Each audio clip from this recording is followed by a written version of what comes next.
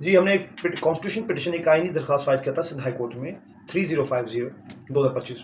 उसमें मौक़िफ़ ये उठाया था ताकि हमारे जो अक्यूज़्ड हैं, हमारे क्लाइंट हैं, उनके ऊपर 2 पर्चे किए गए थे एक ही इंसिडेंट के। जब ट्रायल कोर्ट ने सारा प्रोसिक्यूशन का एविडेंस रिकॉर्ड किया था और जब उनकी साइड क्लोज़ हो गई थी, तो जो अक्यूज़ साइड होती है, जवाबदार साइड होती है, उनको बुलाया जाता है अपनी स्टेटमेंट रिकॉर्ड करने के लिए। मगर इस दफ़ा तरीका अलग था। तो जैसा आपने कहा था, उनका एविडेंस हम रिकॉर्ड करेंगे थ्रू वीडियो लिंक। वो जेल में बैठा हो, कोर्ट में अपना एविडेंस रिकॉर्ड करें। तो मैंने एक ऑब्जेक्शन रेज़ किया था ताकि हम कैसे बताएँ उस जवाबदार को, ताकि आपके खिलाफ कंप्लेनेंट ने और प्रोसिक्यूशन साइड से कौन से एविडेंस पेश किए गए। लिहाजा उनको कोर्ट में बुलाया जाए और बीइंग एज अ काउंसिल उनको हम ब्रीफ करें ताकि आपके खिलाफ ये सबूत आए हैं और आपके क्या कहना है। क्या वो अपनी विटनेसेस पेश कर सकता है या क्या वो अपनी गवाही दे सकता है कोर्ट में। वो तो तब होगा जब वो कोर्ट में आएगा।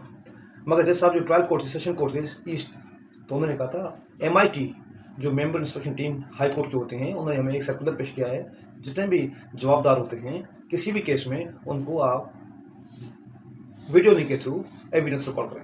क्योंकि गरीब लोग होते हैं जो 2-2 मुकदमे फाइल किए जाते हैं, उनके पास बेल के पैसे नहीं होते। They can not afford the bail. अगर बेल में ले ले तो पैसे जमा कराने पड़ेंगे, मगर उनके पास होते नहीं है। सरकार उन पे स्टेट उन पे झूठा मुकदमा कर लेते हैं, वो जेल में होते हैं। जब उनकी एविडेंस की बात आती है तो उनसे वीडियो लिंक के फर्जी बयान दिया जाता है। मोस्टली जो लगाया जाता है सिटी कोर्ट्स में एक फर्जी बयान होता है, वकील के साथ थोड़ा सा हाँ ना में जवाब देकर अपना स्टेटमेंट क्लोज कर लेते हैं। मगर इस बार ये नहीं हुआ। हमने कहा था जो अगर बुलाना है जो जवाबदार को, तो कोर्ट में बुलाए, free hands of the police custody से हटाकर कोर्ट में पेश किया जाए और कोर्ट में वो अपनी गवाही दे सकता है और उसके ऊपर जो बातें हैं और एविडेंसेस हैं, जो सबूत पेश किए गए उसके अगेंस्ट, ताकि वो बताए तो कोर्ट में तो मेरे साथ जुल्म क्या हुआ। तो इस आर्डर को, सेशन जज के आर्डर को हमने चैलेंज किया। पहले चैलेंज किया criminal miscellaneous application Sindh high court में 327 2025 में।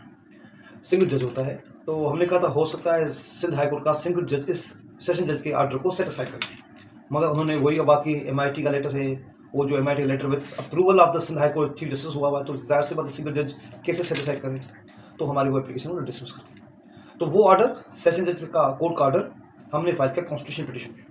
Before I file constitution petition in high court 3050, मैं अपने डिस्ट्रिक्ट बार में गया था, KBA में, कराची बार एसोसिएशन में।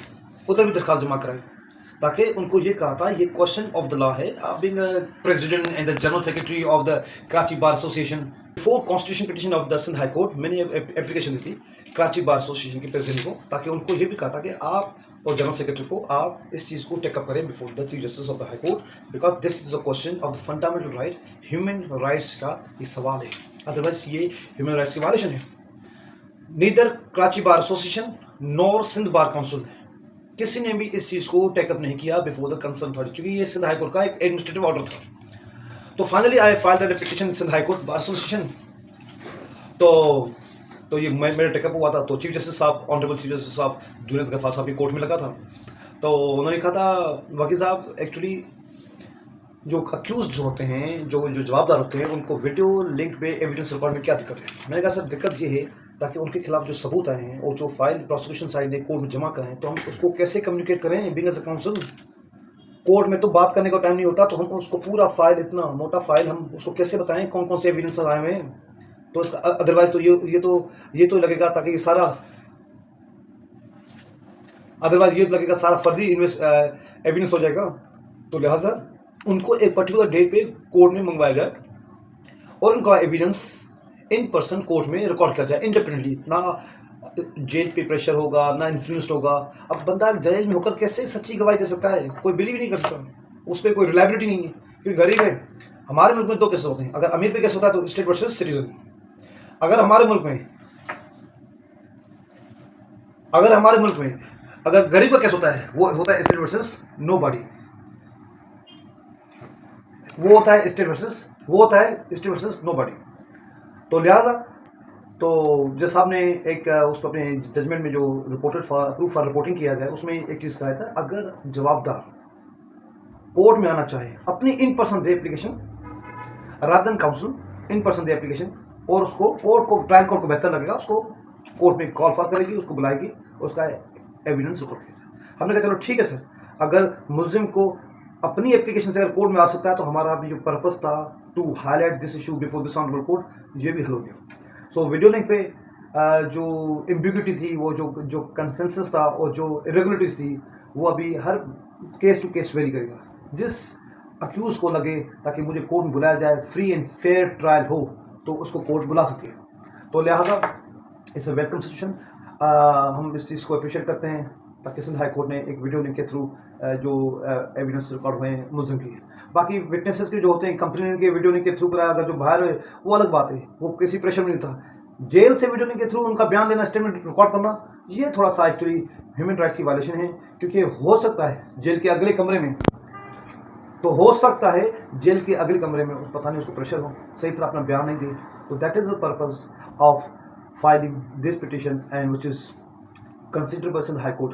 एंड क्योंकि हम वकील का क्या काम होता है, छुड़ाना और पकड़वाना तो होता है, कानून की सही इंटरप्रेशन करें ताकि कानून में अगर कोई लूप होल है या किसी प्रोसेस में फेयर ट्रायल में कोई लूप होल है वो प्रॉपरली हल करें। तो if you have any question regarding the defence council का जो जो रिस्पॉन्सिबिलिटी होता है खास करके, और मैं इन माई लास्ट वीडियो जो डिफेंस काउंसिल का जो रिस्पॉन्सिबिलिटी है इज वेरी ह्यूज। क्योंकि जिसने फाइल करवाई है कंप्लेनेंट, वो स्टेट के बिहाफ पे प्रोसीड करता है, पुलिस भी स्टेट की होती है, रिसोर्सेज भी स्टेट की होती है। जो जिस पे इल्ज़ाम लगा होता है वो तन तना होता है, उसको सिर्फ ऊपर अल्लाह का आसरा होता है, नीचे डिफेंस काउंसिल का आसरा होता है जो जिस पे इल्ज़ाम लगा होता है। अगर डिफेंस काउंसिल हर चीज़ पे अगर नहीं बोलेगा, उसके राइट्स के लिए नहीं बोलेगा, उसको जेल हो जाएगा, उसको सजा हो जाएगा। So if you have any question regarding the process of a fair trial, किस तरह, and we are here to help you. Thank you so much. Thank you. Bye bye.